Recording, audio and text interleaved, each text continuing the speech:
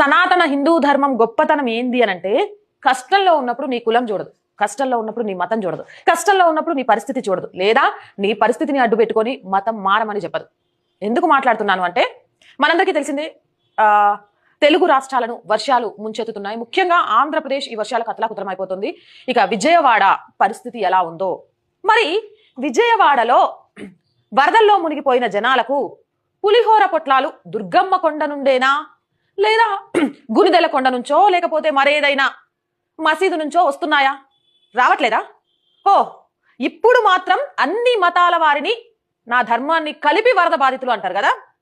హిందూ వరద బాధితులు, ముస్లిం వరద బాధితులు, క్రిస్టియన్ వరద బాధితులు అని విడివిడిగా ఉండరు కదా. ఇప్పుడు అందరికీ ఒకటే తెలియాలి, అదేంటి అనంటే, ఆకలి తీర్చేది మాత్రం హిందూ ధార్మిక సంస్థలు.